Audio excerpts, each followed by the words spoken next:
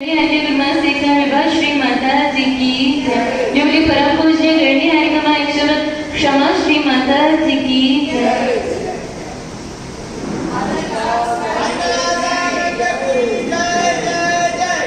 गुरु ने राह दिखाई अभी चलना है बाकी।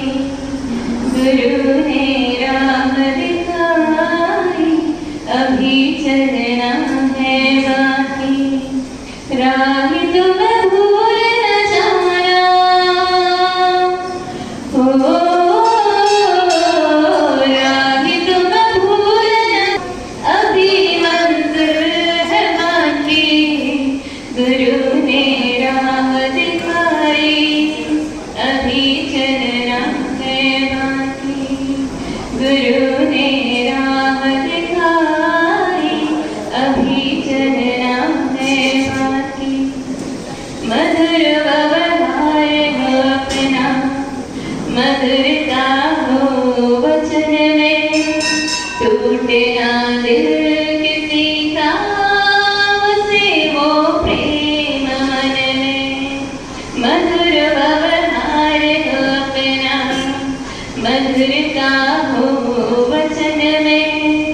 टूटे ना दिल किसी का, बसे वो प्रेम मन में। क्षमा का पाठ पढ़ावे ओ,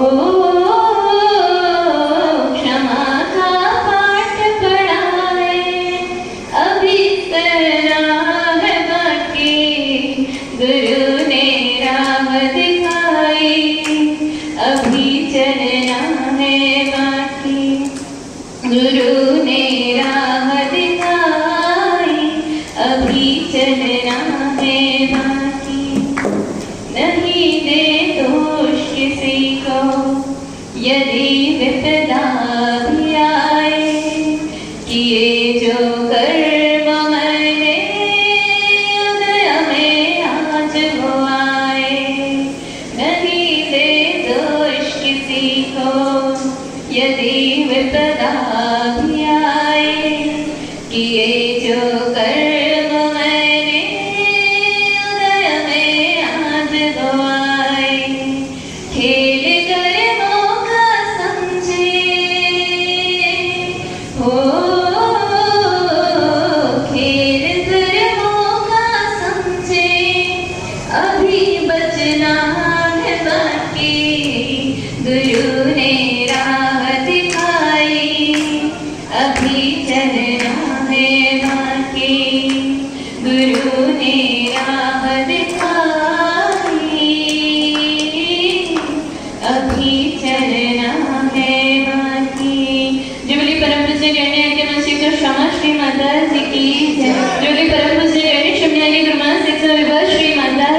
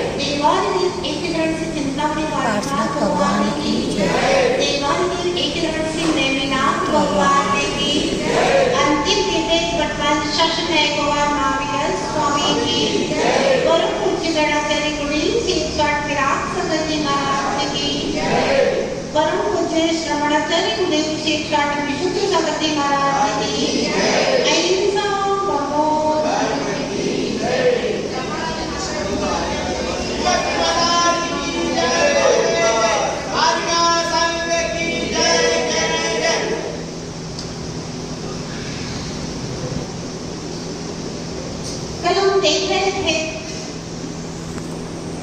कि जिनेंद्र भगवान का धर्म,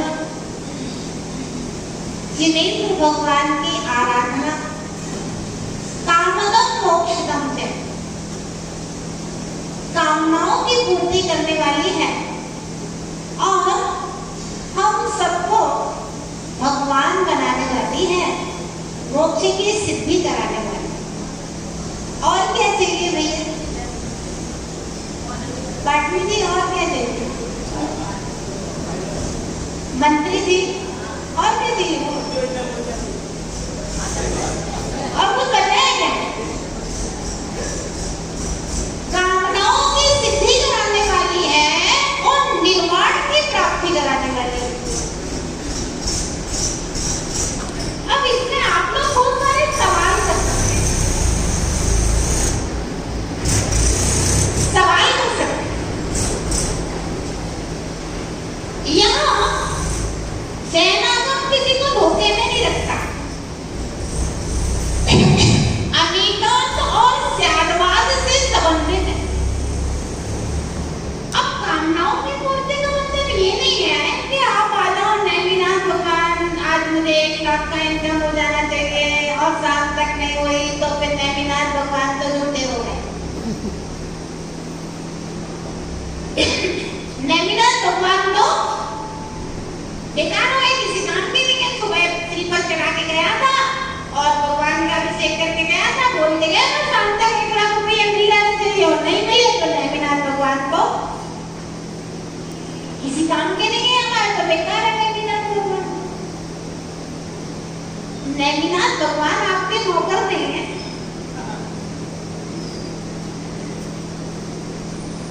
और नैमिनाथ भगवान ना आपसे व्यक्तिगत प्रेम करने वाले आपके पिताजी हैं।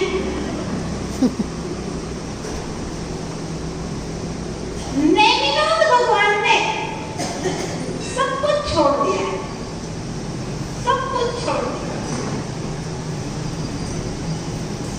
और कामदम मोक्षदम का जो सिस्टम है, कामनाओं की पूर्ति और निर्माण की सिद्धि का जो सिस्टम है, वो सिस्टम अपनी वाणी के द्वारा पूरा का पूरा हमें बता दिया। आप अगर उनके बताए हुए पथ पर चलोगे तो क्रम क्रम से सिस्टम के अनुसार कामदम मोक्षदम आपको मिलेगा।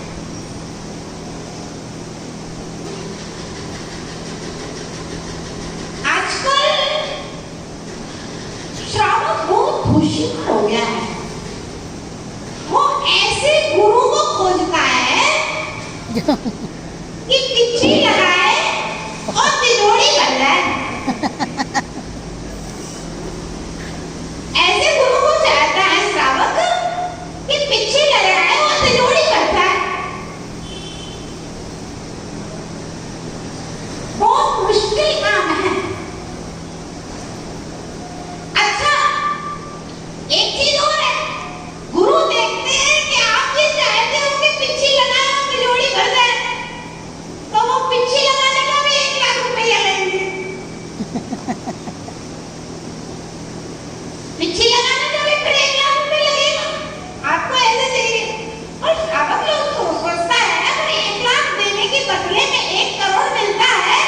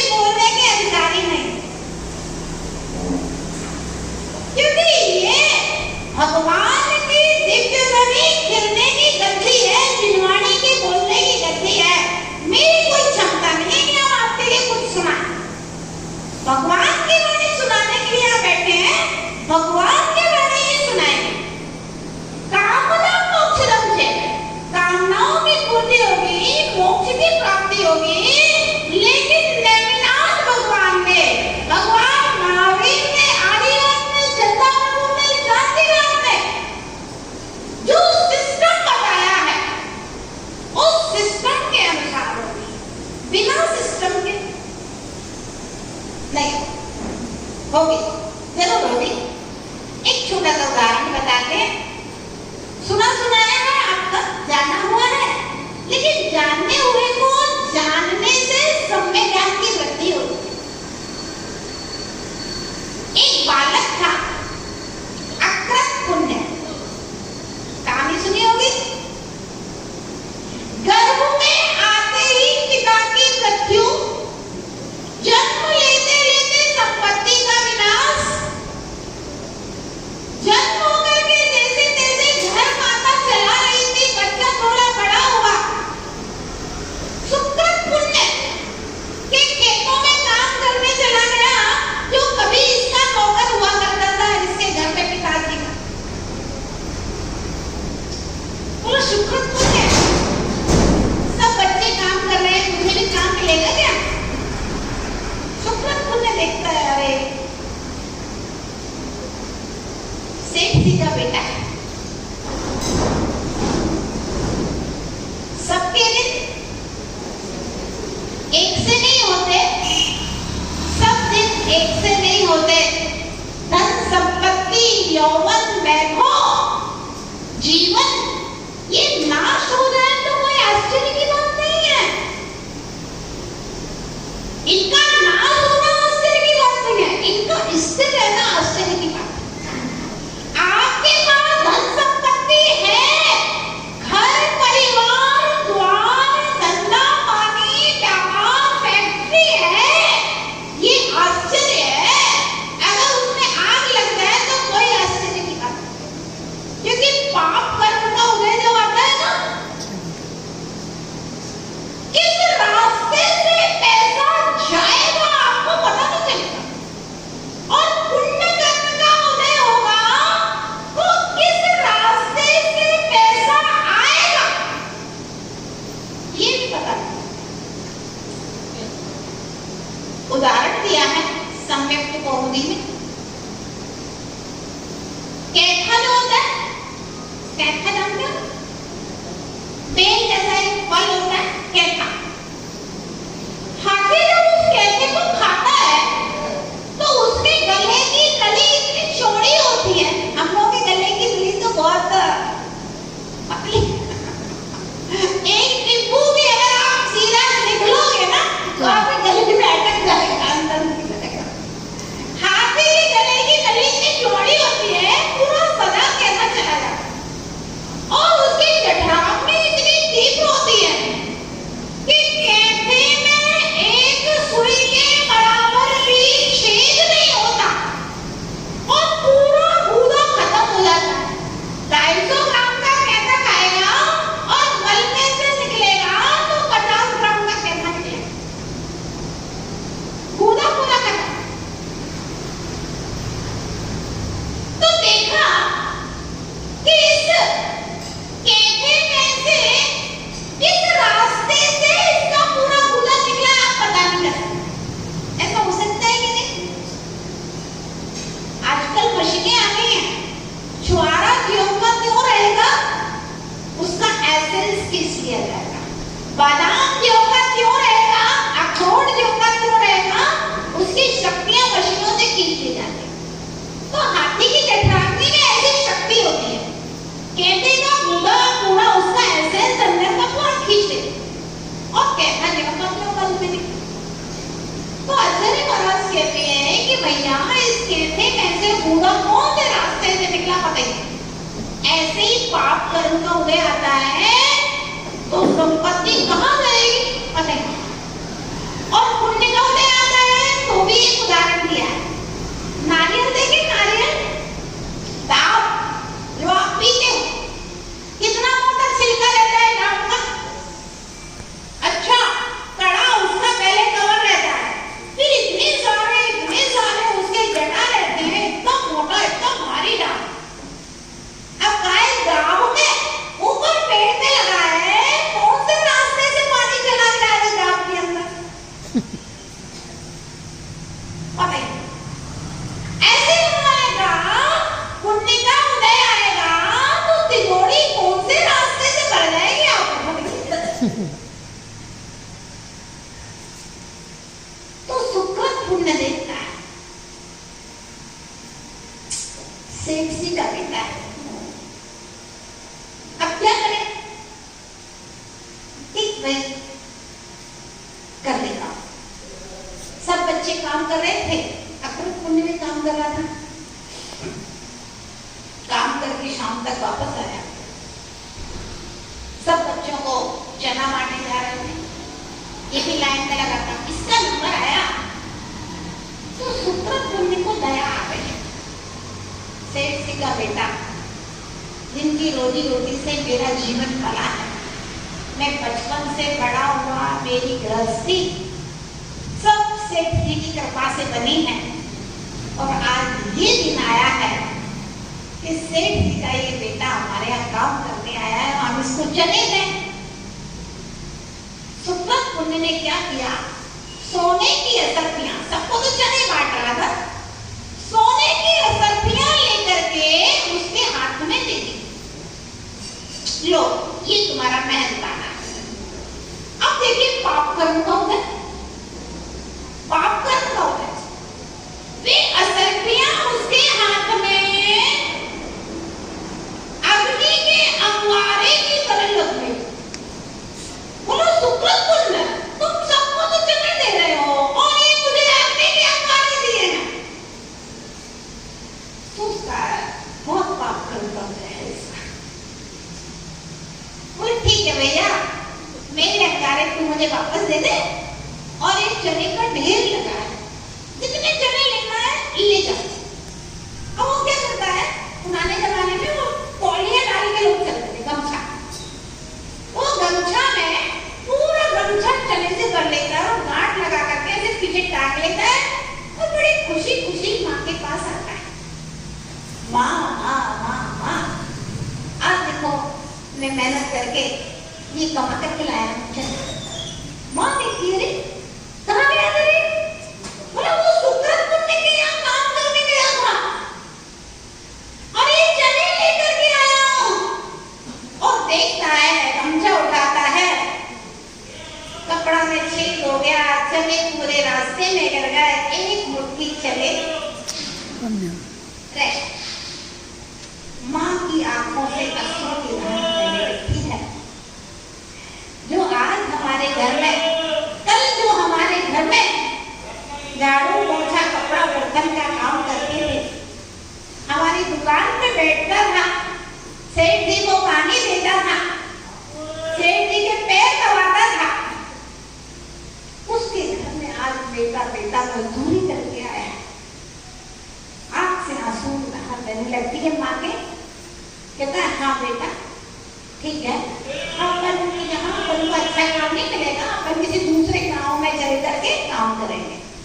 और माँ उस गांव को छोड़ देती है, क्योंकि जिस गांव में सेठानी बनकर के रही है, नगर सेठ की पत्नी बनकर के रही है, उस गांव में नौकरानी बनकर के रहे तो बड़ी इज्जत का मन दुखी होता है। दूसरे गांव में चली जाती है, वहां बलभद्र सेठ के 7 पुत्र थे, उसकी पत्नी नहीं थी, तो उसके घर में झाड़ू पोछा कपड़ा बर्तन खाना बनाने का सारा काम इसकी माँ करने लगती है। सेठ जी अच्छा था, उसको अपनी बहन मानता था, अच्छा था सेठ, धर्मात्मा था। एक दिन अक्रूर पुण्य खीर के लिए जिद कर रहा था, तो सेठ जी ने कहा कि तुम अपने बच्चे को खीर खिला देना, ये चावल और दूध ले जाना। तो चावल और दूध दे दिए, अच्छे वाले चावल थे और दूध थे। अब माँ ने खीर बनाई और खीर बनाने के बाद बोली बेटा मैं कुएं से पानी भरने जा रही हूँ, अगर कोई मुनि महाराज आए ना तो उनको रोक लेना। अपन यहाँ खीर बनाएंगे, पहले महाराज को खीर खिलाएंगे, उसके बाद अपन खीर खाएंगे। बोले ठीक है। अब वो देख रहा था कोई महाराज आए तो ऐसे करके घर के बाहर खड़े होकर के देख रहा था अपनी बढ़िया के बाहर, तो वहां से कोई चारण रीति विशिष्ट ऋषि रीति के संपन्न मुनि महाराज आ रहे थे। अब वो महाराज रुक जाओ, माँ बोल के गई कि महाराज आए तो रोक लेना और बहुत अच्छी खीर बनी है और खीर हम आपको खिलाएंगे, खीर खा के जाना, आज घर में खीर बनी है।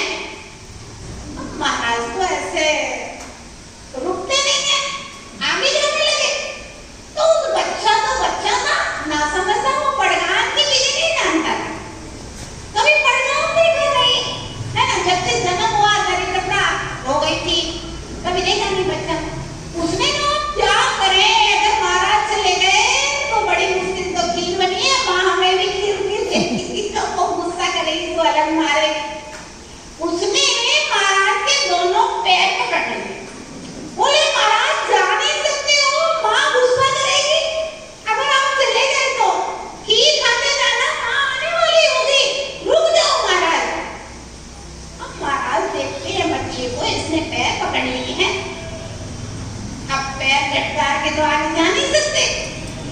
2 मिनट के लिए इतने में माँ वहां से आती है, सिर के ऊपर मिट्टी का घड़ा भरा हुआ। महाराज की वही विधि थी, मिट्टी का भरा हुआ पानी छलकते हुए घड़े की विधि थी। हे स्वामी नमोस्तु नमोस्तु नमोस्तु, अत्रो अत्रो अत्रो तिष्ठो तिष्ठो, 3 परिक्रमा लगा करके भगवान क्या पाठ प्रक्षालन पूजन खीर किया। माँ पूछती है कि मैं अपने हिस्से की खीर दे दूंगी और बेटा की हिस्सा के बेटे। अब माँ बेटा खीर दो, खीर और बोले माँ और दे देना खीर, बोले हाँ और कभी। अब महाराज का पूरा आहार हो जाता है और कटोरा पूरा का पूरा खीर का भरा ही है। बलभद्र को बुला करके खीर खिलाई, बलभद्र के बेटे को खीर खिलाई, पूरे गांव को खीर खिला देती है।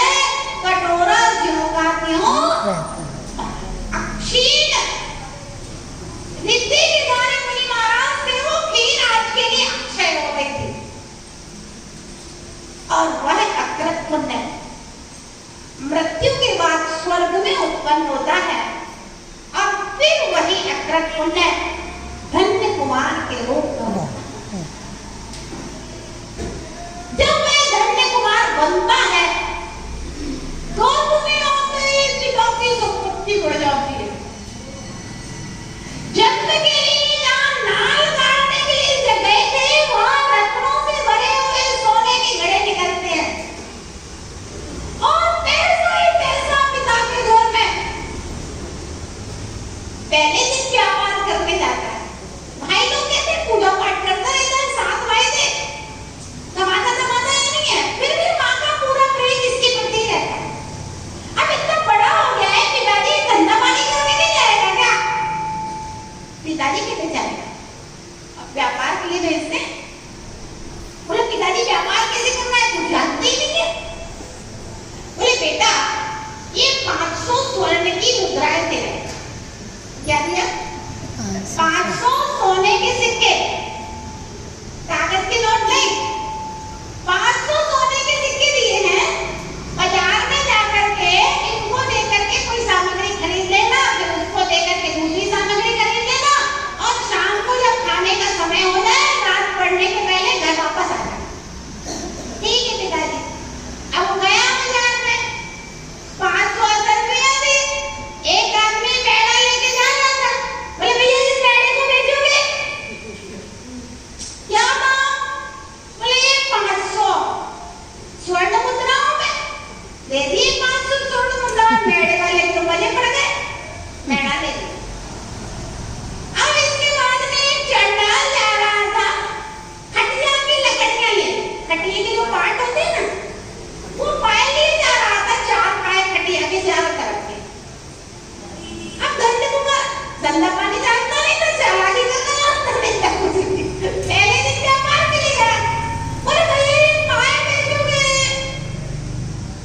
चंडाल सोचता है ये सड़ी सड़ाई खटिया के पाए खरीदने वाला कौन है, जो खाली जलाने के अलावा किसी काम आने वाले नहीं है। बोला हाँ, बोले क्या दोगे? बोले ये मेढ़े के बदले से ये पाए दे दो। वो तो बढ़िया है, मेढ़े ले जाता है, पाए दे देता है। अब जब शाम हो गई, पिताजी ने कहा था शाम रात होने के पहले आता था, शाम को रात में भोजन नहीं करता था, घर चला आया। बोला माँ 500 रुपयों में धंधा करके आया हूँ, ये खटिया की जात बदलने का। अब तो भैया 7 वाइल्ड फायर। बोले पिताजी 500 स्वर्ण मुद्राएं गवा के ऐसा धंधा करेगा तो हमारी तो पूरी संपत्ति चौपट हो जाएगी। ऐसे करने का रोज धंधा करने जाएगा तो इस सड़े सड़े खटिया के पाँव खाली आग लगाने के काम आना है और कुछ नहीं होना है। माँ तो माँ आज बेटा पहली बार धंधा करके आया है, खटिया के पाए ही माँ के लिए तो सोने के पाए जैसे थे और ले जा करके मोरी पे अच्छे पानी से उसको रगड़ रगड़ के धोने लगी। बेटा लेकर और जैसे धो रही थी पाए में नीचे ढक्कन लगा था, वो ढक्कन निकल गया सोनी और रत्नों की बरसात हो गई। चारों पायों में रत्न भरे थे पूरे, एकदम से खोखले थे पूरे पाए रत्न। और उसके साथ साथ में एक वसीयत निकली जिसके ऊपर लिखा था कि सेठ जी की कोई संतान नहीं थी।